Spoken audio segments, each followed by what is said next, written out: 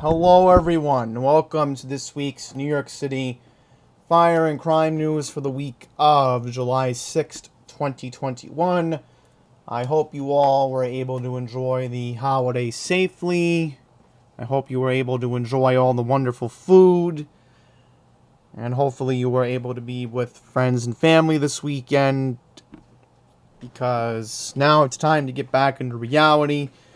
We decided to move the update to today for the federal observance of July 4th yesterday on July 5th.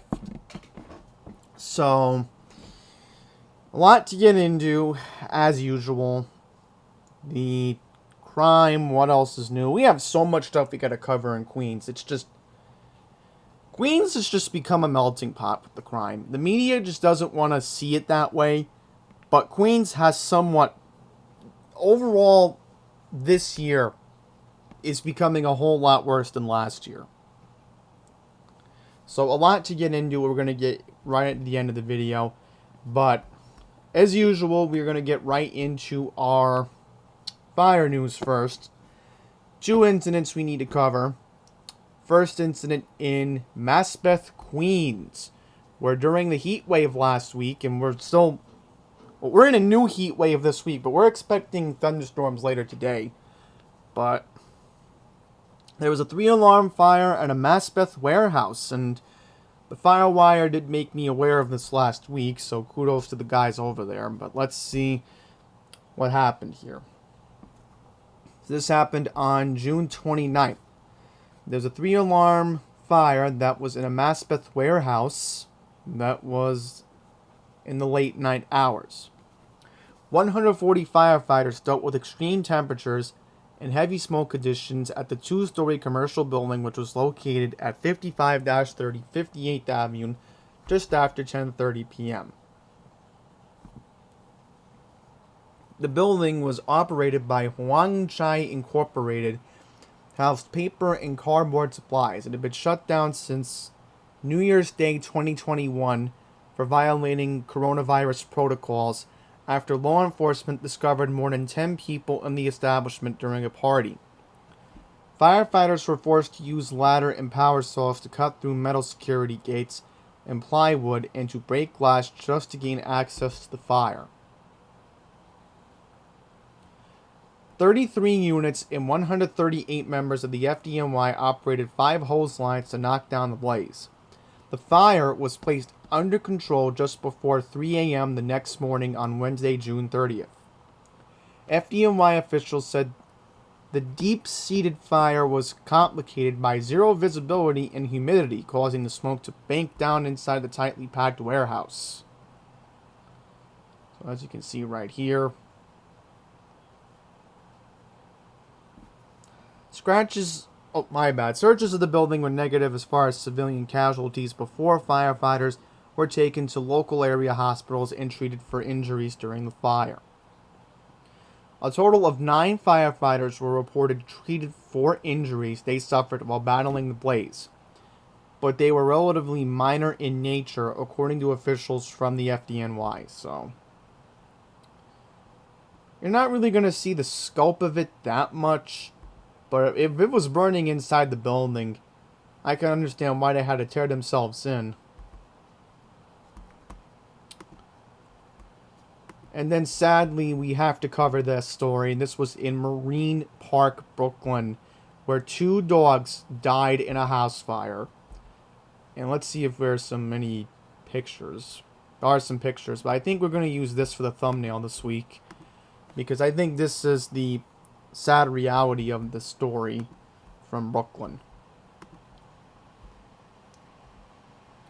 2 dogs tragically died in a house fire that engulfed their house in Marine Park on Monday. Let's confirm the date this happened. Yes, this happened last week on Monday, June 28th. Yes. The fire trapped the canines inside as the flames overwhelmed the 2-story building. The inferno broke out at 1839 East 38th Street near Avenue R, where Denise Pompilia and her fiancé Sean Sheridan left the two Mixes, Ryder and Walker, at around 10:30 a.m. FDNY and Pamelia, who came home from working after hearing about the fire, attempted to rescue the dogs while smoke billowed up from the basement, but their efforts were too late. Firefighters attempted to resuscitate the dying pooches, but they were unsuccessful, and both were pronounced dead at the scene. There you go. One family member collapsed, overcome with grief upon seeing the dogs. Firefighters managed to place the flames under control by 11:40 in the morning, according to authorities who said that one woman was treated for minor injuries. A colleague of Pompilia started a GoFundMe for the family who not only lost Ryder and Walker, but also most of the belongings. The GoFundMe has raised over $20,000 as of Tuesday afternoon. The cause of the fire is under investigation by the FDNY. So we're just going to check the alert system and see what's going on here. 3-alarm fires. 3-alarm fire was reported at the box just now. That thankfully was brought under control. So let's see what else we had. Oh, Bronx was pretty active today. Well, that was yesterday. So there you go. Some cases you'll see activity in one borough. Let's check the firewire and see what is going on.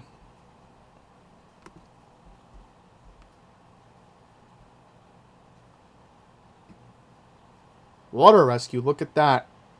5 drivers removed from one vehicle. From one vehicle. One female was in the water.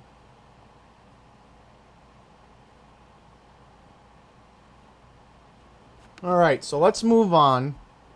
And let's discuss the crime. Because, let me tell you, the crime is just a whole nother story.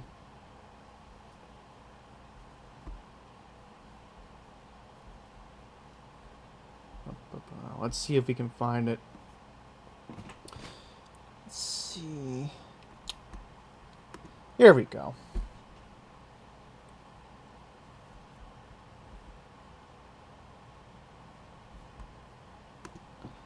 In New York City, according to the NYPD, 26 people were shot in 21 shootings in New York City. This was from Friday to Sunday during the July 4th weekend.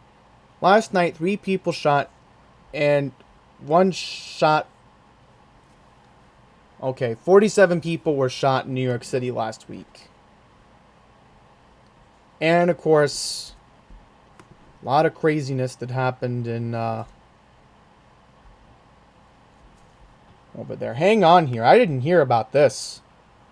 Nope. Didn't hear about this one. Multi-vehicle accident on Union Turnpike. Here we go. It's happened yesterday, believe it or not.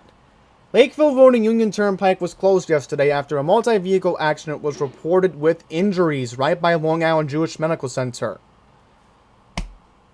Delays at the intersection. Police and EMS are on the scene.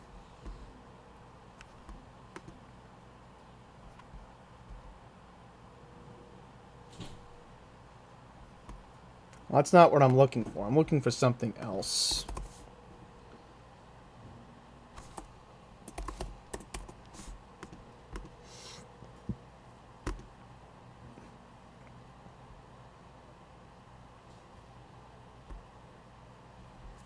We'll get to that after. I just want to confirm something. Let's see. This is it right here. Got it.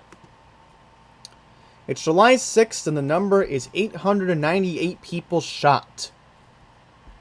NYPD released data of how many people were shot in New York City, the safest city according to the mayor. The magic number is 898 as of July 6th. This does not include dead or slashed victims, just people with pierced bullets inside. The safest city is on track to have 1,000 bullets soon. As of today, courts are slow and main parts of their operations are still closed. Enjoy the 5 boroughs of New York City at your own risk. There you go. And I'll get to Mr. Cuomo in a second because he's really full of it. We'll get to him. We'll get to him. So let's talk about a couple of the shootings that happened on Sunday. Detectives are investigating 2 separate Bronx shootings that left 2 men dead in the Bronx on Independence Day. Which, by the way, the media didn't cover because they were so fascinated about that Uniondale shooting. Okay, here we go. According to police at 4:10 in the morning on July 4th, officers responded to a 911 call regarding 2 men shot in front of 866 East 172nd Street. Upon their arrival, officers found 22-year-old Muhammad Boo of Crotona Avenue with multiple gunshot wounds to his torso and arm, and a 27-year-old man with a gunshot wound to his buttocks. Both men were rushed to St. Barnabas Hospital, where Ba was pronounced dead. The 27-year-old victim was in stable condition, last reported.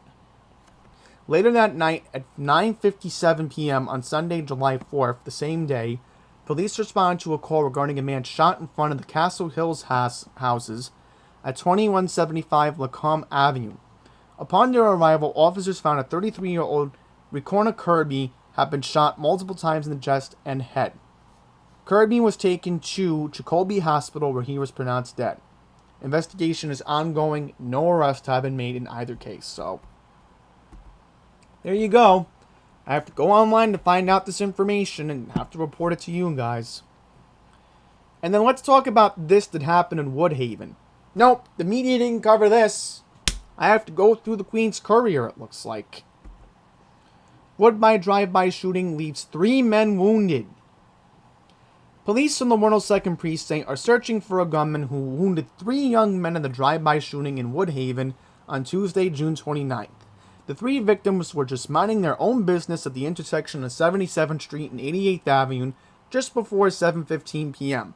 when an occupant in a dark-colored sedan opened fire, striking the 3 bystanders.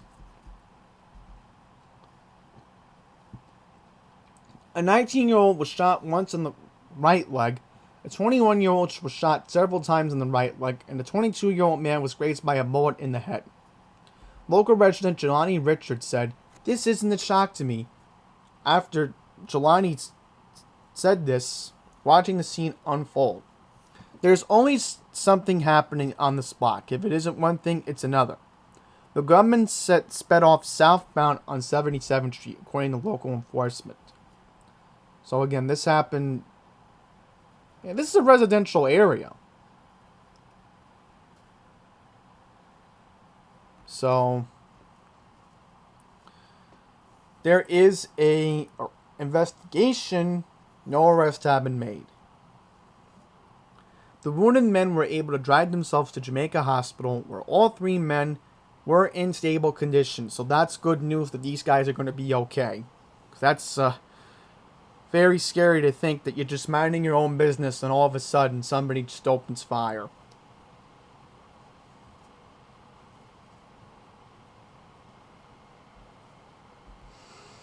Okay, anyone with information regarding the identity of the suspects, they're looking for multiple apparently in this case, is asked to call the Crime Stoppers hotline at 1-800-577-TIPS, which is 8477.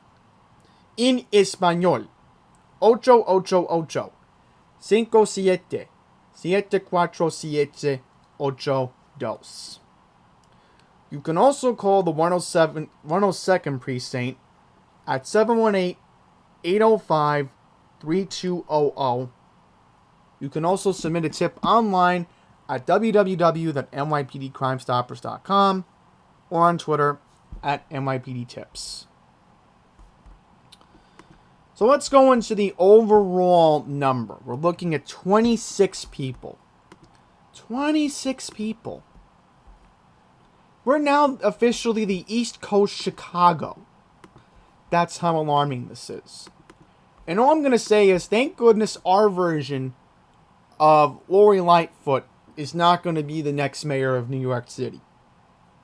So, bye-bye, Maya Wiley. So, here we go.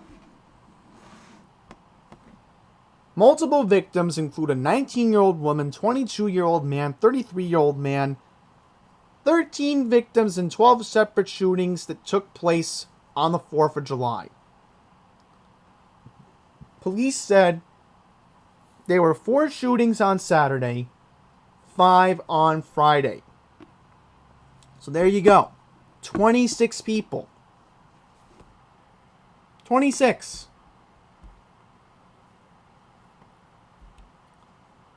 It's just very alarming. Let's see if any were in Queens. Alright, nothing in Queens. So now, we are going to talk about Mr. New Yorkers Love Me. Now, why are we bringing up our lovely governor named Andrew M. Cuomo? Well, if you didn't hear, he declared an executive order declaring gun violence a problem in New York State. So there you go. So he wants to do something now, even though this is his fault that he signed the bail reform law into effect. John Liu was a part of it because he drafted the legislation for the bail reform. And yes, I'm going to call out my state senator for this.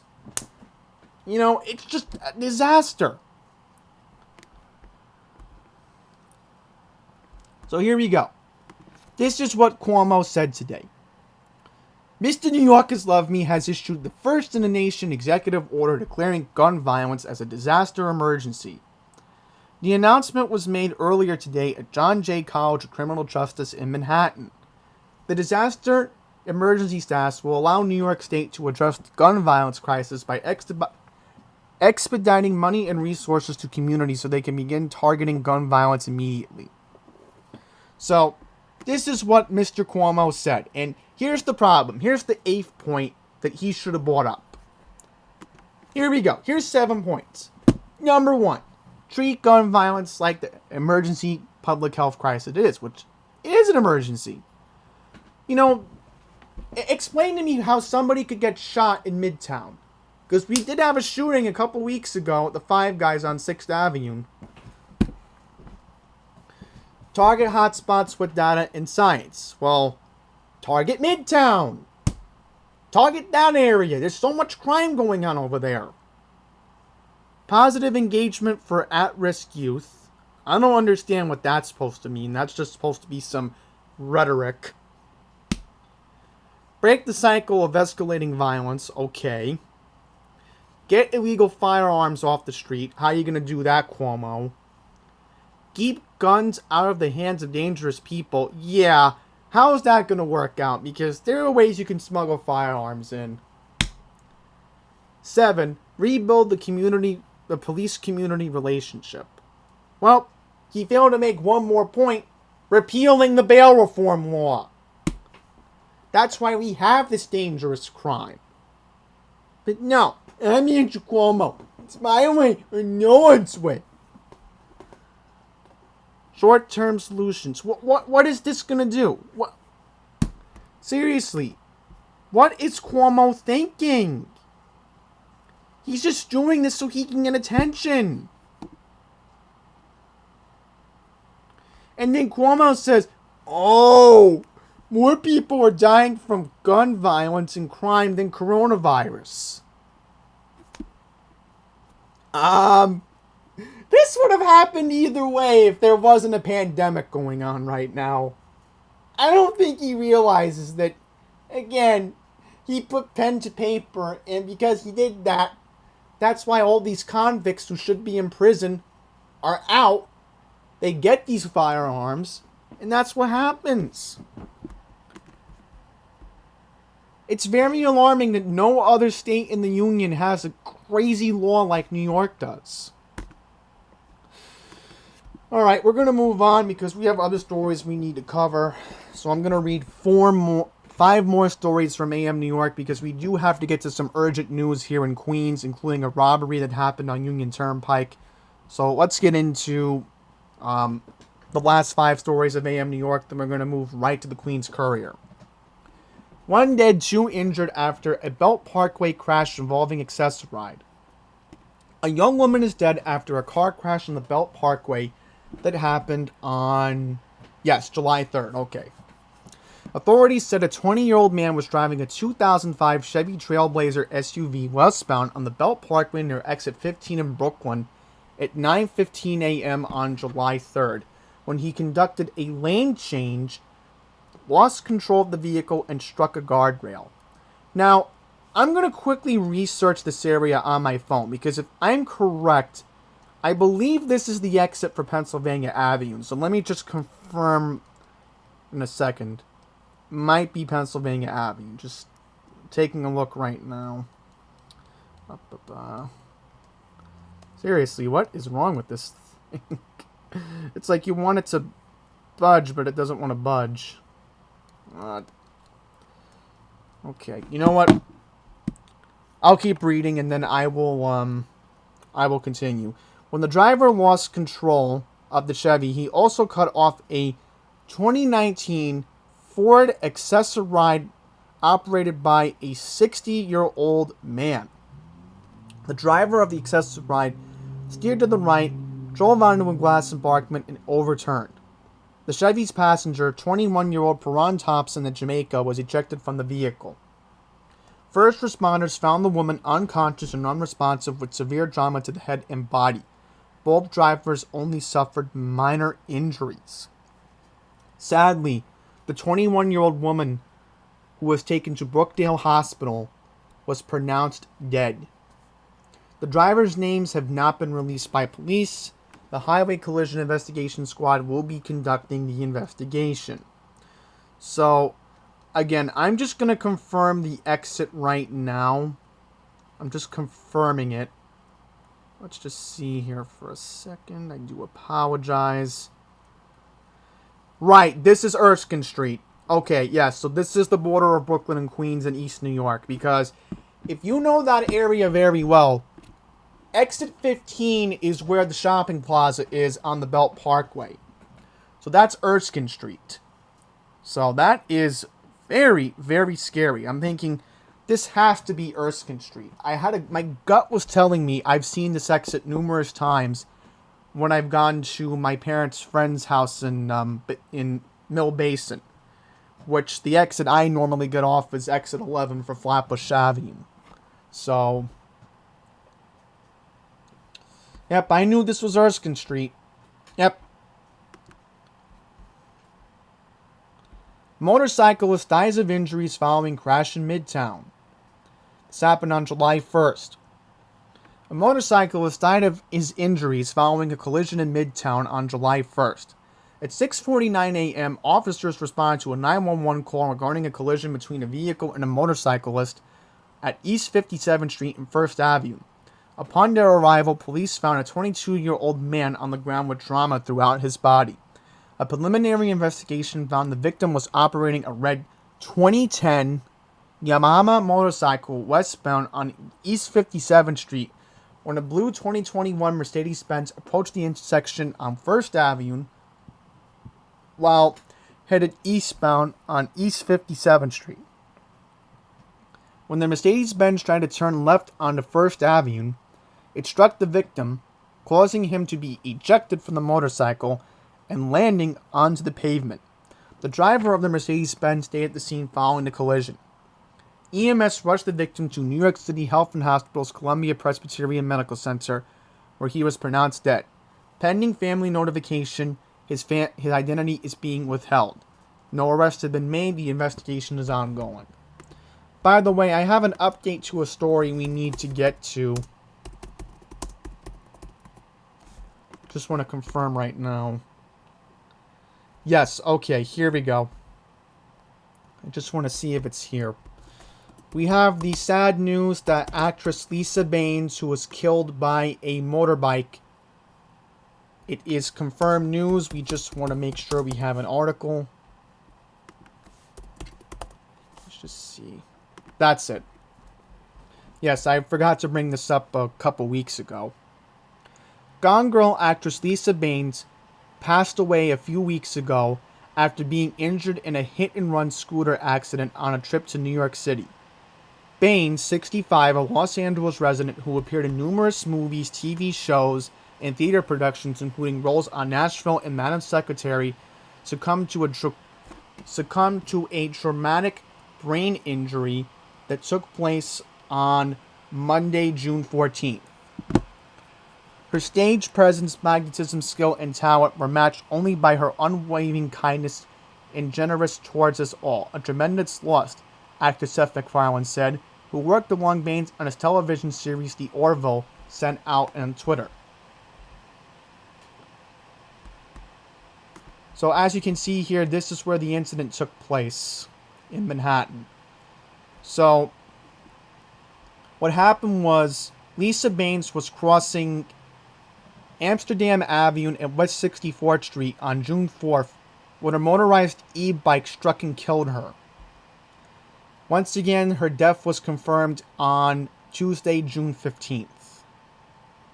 So I figured I wanted to give you all the sad update, because even though I remember her sort of being on the Orville, I mean, this is just a tragic loss overall, especially because, again, you normally would think the Upper West Side is a safe area, but in this case, not. Alright, so I'm going to do this one first, because this is a subway crime story. Man stabbed on Midtown Subway after making homophobic remarks. The NYPD is asking for the public's assistance in finding the whereabouts of an unidentified male who was connected with an assault within the Midtown South Precinct, Transit District 2. The suspect allegedly began shouting homophobic slurs at a 29-year-old male passenger seated across from him on a northbound 2 train at approximately 3:30 in the morning on Monday, June 28th. A verbal dispute quickly descended into a physical altercation that spilled off the train and onto a northbound platform at the Penn Station area at West 34th Street and 7th Avenue on the 1, 2, and 3 line. The victim was stabbed in the chest and torso by an unknown object, with the suspect fled the station in an unknown direction. Thankfully, the good news is the gay victim was taken to Mount Sinai West Hospital and was listed in stable condition. So they do have a description of the suspect. Let's see. Do we have a... Okay, we don't. I don't know why they claim they have a picture of him, but... Alright, so here we go. The NYPD is looking for a male with a dark complexion, approximately 5'11" in height and weighing 185 pounds, medium build with partial facial hair. He was last seen wearing a Chicago Bulls hat, a gold chain around his neck, a black shirt, black cargo shorts, and multicolored sneakers. There you go. So we'll read this one now, because I figured the subway crime was more urgent than this. Let's get into this one. Dirt-biting riding assailants attack mailman on a Brooklyn street. So let me just take a quick little water break. A little professional here. Gotta stay hydrated today with this heat wave, of course. Let's continue. Cops are looking for a group of individuals who attacked a mailman in Brooklyn on Monday, June 28th. According to police, at 6 p.m., the 57-year-old mailman was delivering mail on his route in the vicinity of McGinnis Boulevard and Nassau Avenue. Oh yeah, Channel 7 covered this. I remember this one. Alright, the mailman was approached by a group of unknown individuals on dirt bikes. The suspect proceeded to punch the victim several times in the face.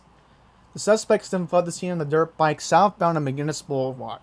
The victim suffered broken facial bones and lacerations and was taken to Woodhull Hospital in stable condition. So we do have a video of the incident. Man, that is just disturbing. But they got these guys. I mean, they're clearly on tape. See right here.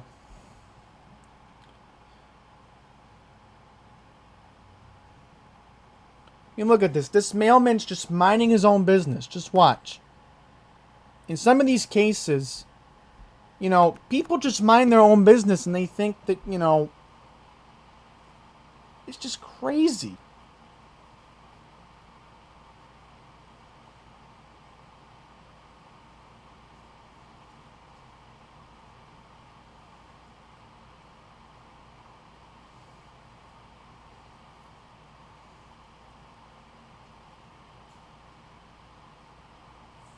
Yep.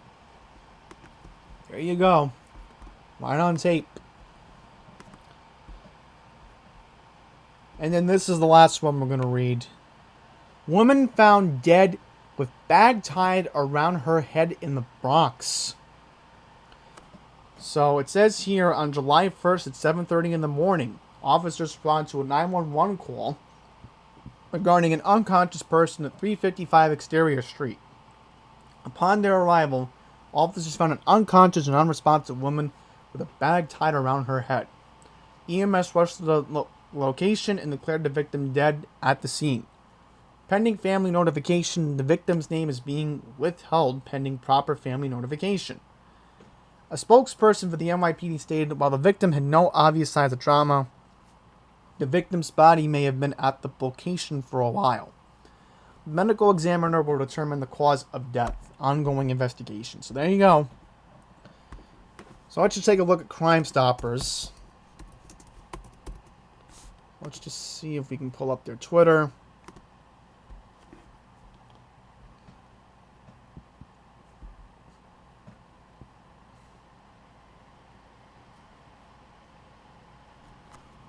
Here we go.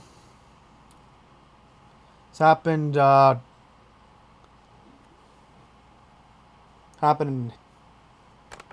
yeah, I believe if I'm correct, this is Chelsea. Okay. On June 26th at 9:30 p.m. in front of 236 West 15th Street, attempted robbery. The 10th precinct is confirming an unidentified male approached two female victims on the street, assaulted them, and attempted to remove their handbags. So we do have a video of the assault. So here we go. I mean, watch this. I mean, these two women were just minding their own business, and all of a sudden, this guy just comes out of nowhere. It's like, you're trying to do what you want to do. We're finally coming out of lockdown. I mean, these criminals just get so desperate. Oh, and then look at this. Burglary in Central Park West and West 89th Street on June 24th at 1:05 in the morning. Look at that. One of those nice fancy townhouses on the Upper West Side.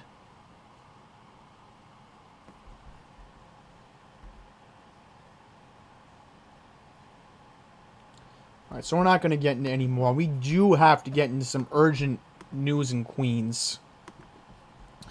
Alright, first up. Cops search for suspect who allegedly stole $200 from a store on Union Turnpikes. Where did this happen? Oh, it happened right in Fresh Meadows. Here we go. Police in the 107 precinct are searching for an individual in connection with a burglary of a shop in Fresh Meadows in June. According to police in the 107 precinct, an unidentified person broke into a building by shattering the glass from a door at 185-28 Union Turnpike at 3 a.m. When inside, the individual allegedly took $200 before fleeing the location westbound on Union Turnpike. Police released surveillance video of the incident. Yep. In fact, I think I know this place. 185-26. I'm going to pull it up on my phone right now.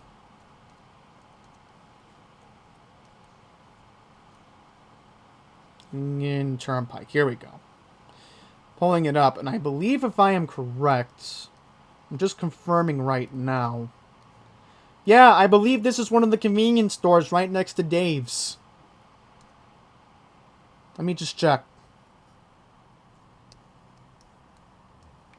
No, that's not Lulu's.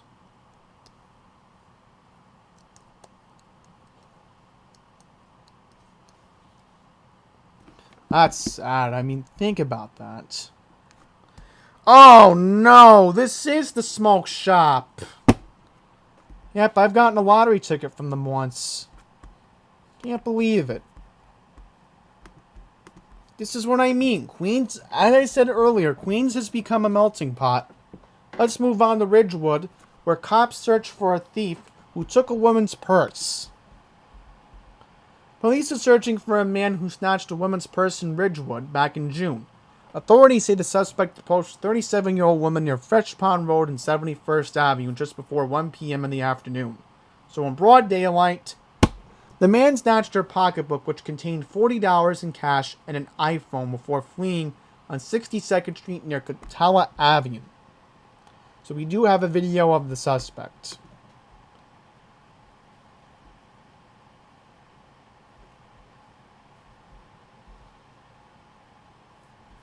There you go.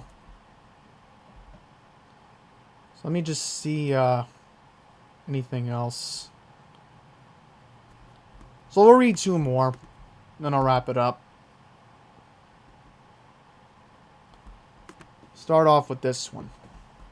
Police searching for two suspects who snatched a necklace from a woman in Jamaica. Police from the 103 precinct are searching for occupants of a red Ford Explorer in a connection with a grand larceny investigation. On June 13th at 2:45 p.m., a man and a woman pulled over near the intersection of Suffern Boulevard and Tuskegee Airman Way. A woman in the back seat of the vehicle called out to a 55-year-old woman, saying they had a gift for her. The woman then placed the necklace around the victim's neck and removed the necklace that the woman had been wearing. The victim's 32-year-old son saw what occurred and confronted the two suspects. As he would try to retrieve his mother's necklace, the driver of the Ford Red Explorer fled the scene northbound on Tuskegee Airman Way. The incident was caught on surveillance video, which was released by police in the 103rd precinct. The suspects were described as a light-skinned woman and a light-skinned man. The Ford Explorer had a temporary New Jersey license plate. No arrest had been made. The 103 precinct is actively investigating.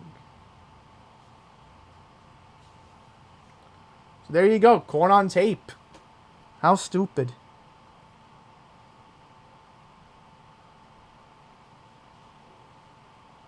Look at that.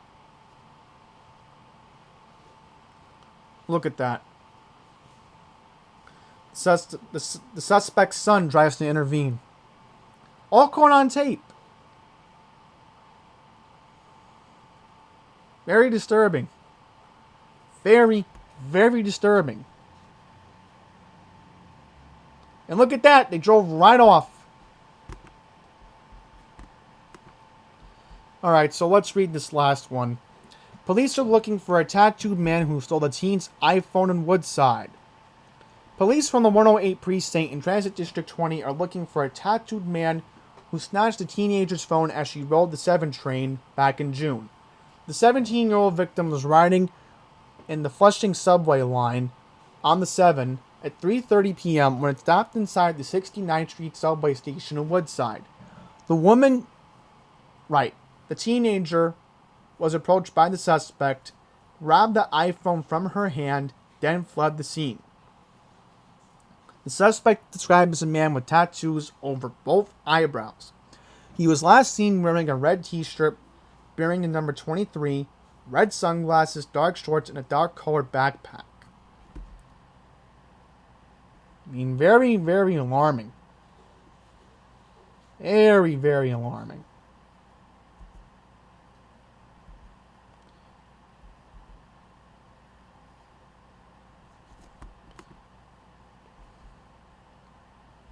Oh, and there was one more.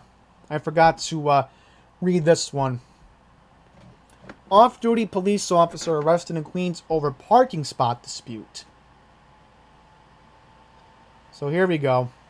According to police on July 6th... Wow, that just happened today. Look at that.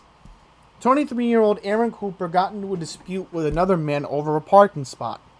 Cooper then allegedly started to insult the victim, causing the victim to be alarmed before pulling out a small black firearm from his front pocket.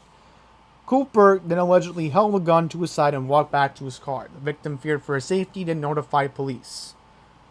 So it said here that we don't have a location of where this happened. It was in the confines of the 113 precinct. Now, it says here, Cooper was then taken into custody at 1:30 a.m. and was charged with criminal possession of a weapon, menacing, criminal mischief, and harassment. Alright, so, with that, we are going to wrap this all up. So, just a lot of stuff that we always have to get into. And it's just very alarming that, again, the crime is just something that has to be continued to be brought up. And again, I'll make one more point. I've said this numerous times about my neighborhood. We have become Forgotten Meadows. That's how alarming to think that 2 robberies have happened in Fresh Meadows in the past month and the media wouldn't even cover it. One that happened on my street. Very alarming. Very, very alarming. You know? And another robbery that happened on Union Turnpike. So, again, I am going to give all the admiration to the police who have to deal with the hard work, because even though they keep getting defunded, they're still working with the limited resources that they have right now. And just, I'm imagining what's going to happen the rest of the summer. Because it's just so predictable. So obvious. Before I go, I need to make one more announcement for next week's crime and news update. I will be doing it again on Tuesday next week because I have some news in my personal life that I must share. Next week, I will be beginning the process of returning to one of my 2 pre-pandemic jobs. I will not disclose which one I will be going to until the time it's comfortable where I will be discussing that in the near future. All I know is that next Monday, because of this obligation, I will not be able to do the crime and fire news until next Tuesday. Hopefully, on July 19th, I will try to go back to Mondays. But this is the second week in a row that I have to make this announcement, and I have to move it to Tuesday. So, stay tuned.